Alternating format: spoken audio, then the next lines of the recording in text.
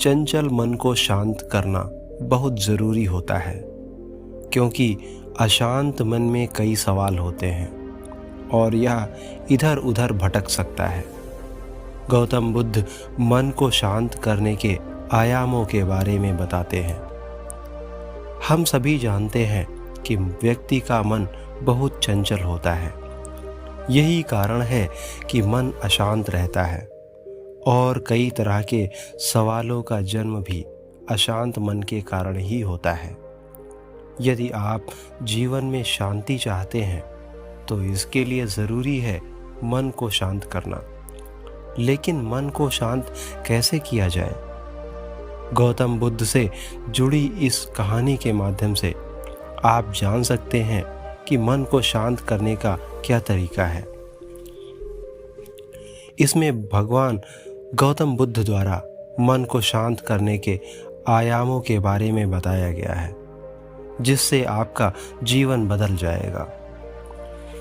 एक बार एक लड़का गौतम बुद्ध के पास जाकर कहता है, मेरे जीवन में बहुत अशांति है, कृपा करके आप मेरा मार्गदर्शन कीजिए जिससे कि मैं इस अशांति से छुटकारा पा सकूं।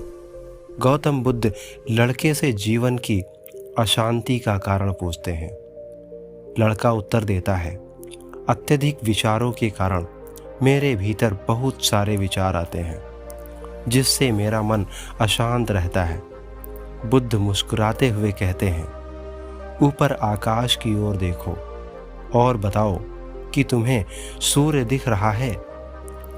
लड़का ऊपर देखता है और कहता है, धूप दिख रहा है।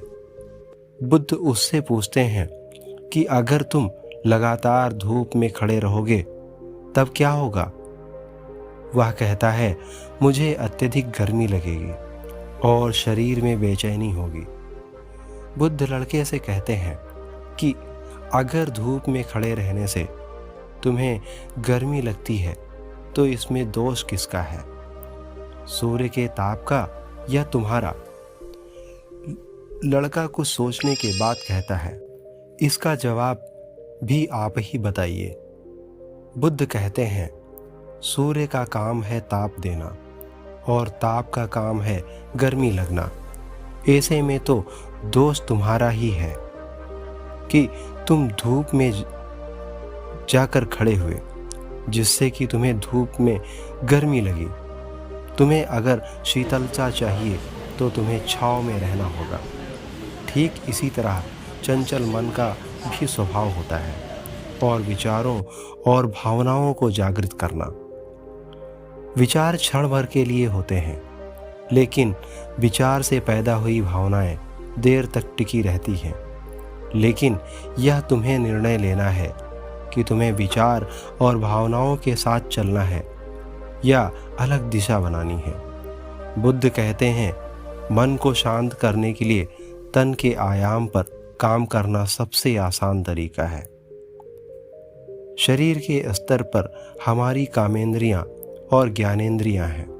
कामेंद्रियां कर्म और ज्ञानेंद्रियां ज्ञान से जुड़ी होती हैं। इससे हम अपनी संवेदनशीलता को बढ़ा सकते हैं, यानी हम जो भी काम करें उसे आनंद के साथ करें। मन के आयाम से हटकर तन के आयाम पर जाने से ही तुम्हारा चित्त शांत होगा। ऐसा करने से तुम मन के आयाम से हटकर शरीर के आयाम पर आ जाओगे। ठीक उसी तरह जैसे तुम धूप से हटकर छांव में आ सकते थे। मन के आयाम से हटने पर तुम्हारी जागरूकता तन पर आ जाएगी। जब तुम तन के आयाम पर काम करोगे तब तुम्हारा चित्त शांत होगा। इसलिए हर काम को तन के आयाम पर करने से मन स्वतः शांत हो जाता है।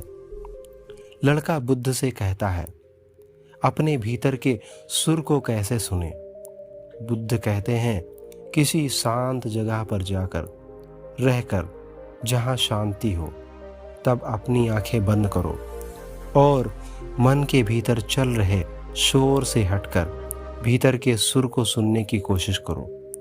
सुर निरंतर चलता रहता है, लेकिन बाहर के शोर के कारण तुम अपने मन के भीतर चल रहे सुर को नहीं सुन पाते हो।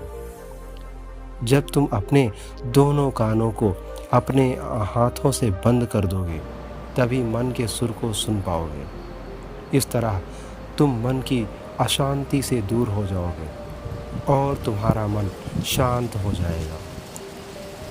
गौतम बुद्ध ने शांत होने का, मन को शांत करने का एक और तरीका एक कहानी के माध्यम से बताया। एक दिन गौतम बुद्ध से मिलने एक व्यक्ति पहुंचा।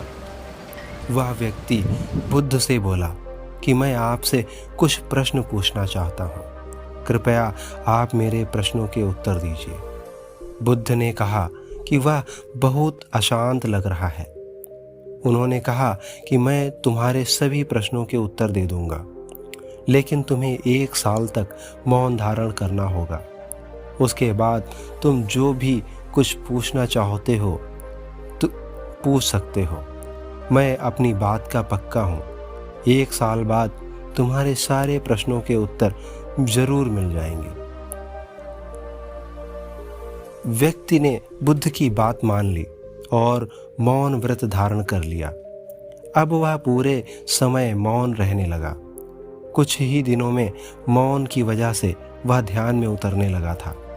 उसका मन शांत होने लगा और मौन और ध्यान की वजह से उसके सभी प्रश्न खत्म होने लगे। इस तरह 1 साल बीत गया। अब वह एकदम शांत और प्रसन्न रहने लगा। समय पूरा होने पर बुद्ध ने उस व्यक्ति से कहा कि मैं तुम्हें 1 साल बाद प्रश्न पूछने के लिए कहा था। आज 1 साल पूरा हो गया है।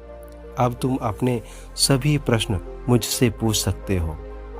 ये बात सुनकर व्यक्ति प्रसन्न होकर बोला कि आज मेरे पास आपसे पूछने के लिए कोई प्रश्न नहीं है। बुद्ध उस व्यक्ति से बोले कि जब तुम यहाँ आए थे तब तुम्हारा मन अशांत था। जब किसी व्यक्ति का मन अशांत नहीं रहता है तो व्यक्ति का मन शांत नहीं रहता है तो उसके मन में प्रश्न उठते रहते हैं। अशांत मन परेशानियों का कारण बनता है। हमारे मन की 2 अवस्थाएं हैं। एक में प्रश्न होते हैं और दूसरी अवस्था में उत्तर होते हैं। मौन की वजह से हमारा मन दूसरी अवस्था में पहुंच जाता है, जहां हमारे प्रश्न खत्म हो जाते हैं और हमारे पास उत्तर ही उत्तर होते हैं। दोस्तों, इन कहानी के माध्यम से हम यह सीख सकते हैं कि हमें अपने मन पर कैसे कंट्रोल करना है, हमें अपने मन को शांत कैसे रखना है, विचारों की बहाव में न बहकर अपने आप को शांत रखें और प्रगति के मार्ग पर आगे बढ़ें। दोस्तों, वीडियो अच्छी लगी हो तो चैनल को लाइक और सब्सक्राइब ज़रूर करें ताकि आने वाली हर वीडियो की अपडेट आपको पहले मिल जाए।